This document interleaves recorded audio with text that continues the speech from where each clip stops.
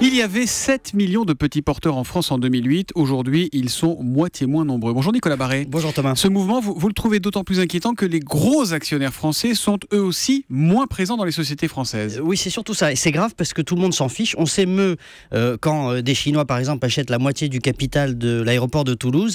Mais personne ne dit rien quand la moitié du capital des groupes du CAC 40 est détenu par des étrangers, ce qui est stratégiquement assez dramatique. Alors je suis pas en train de faire... là, non, non, c'est pas du patriotisme économique mal placé, c'est que notre patrimoine économique est menacé parce qu'on a tout fait pour décourager l'épargne française d'aller vers les actions. On préfère qu'elle aille vers l'immobilier ou qu'elle finance l'État. Bon, mais quelles sont les conséquences de tout ça ? Eh ben, elles sont graves. Comprenez bien, il y a deux genres de capitalisme. Vous avez un capitalisme à forte base nationale.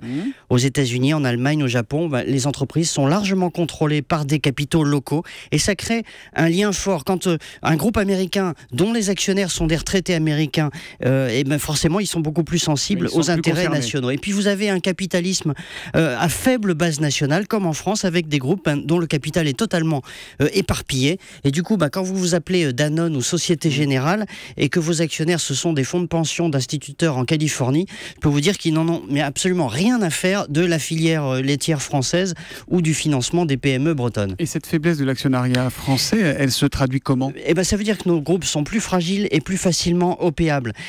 Prenez les grands groupes du CAC 40, sur les 30 premiers actionnaires de ces grands groupes, en général, vous trouvez 3, 4, 5 actionnaires français maximum. Ça veut dire que les autres actionnaires sont très loin. Quand le patron a un problème, une difficulté, etc., c'est plus compliqué de leur expliquer. Il les a pas sous la main, il peut pas aller jouer au golf avec eux, littéralement. Ça veut dire aussi que ces groupes français sont beaucoup moins bien valorisés. Ils valent 2 fois, 3 fois moins cher que des groupes de taille équivalente à l'étranger. Et du coup, ce sont des cibles beaucoup plus faciles en cas d'OPA. Ça veut dire aussi que le conseil d'administration de ces groupes, le conseil d'administration qui représente les actionnaires, forcément il a un lien beaucoup moins fort avec le pays d'origine et donc il peut décider de déplacer des centres de décision à l'étranger plus facilement. Il pensera peut-être plus facilement dividendes qu'investissement. Ça peut jouer aussi. Également. Et vous savez, il y a quelque chose qui m'agace souvent, c'est quand vous avez des patrons qui disent nous sommes globaux, nous sommes mondiaux, etc. C'est vrai, mais un groupe est aussi forcément de quelque part.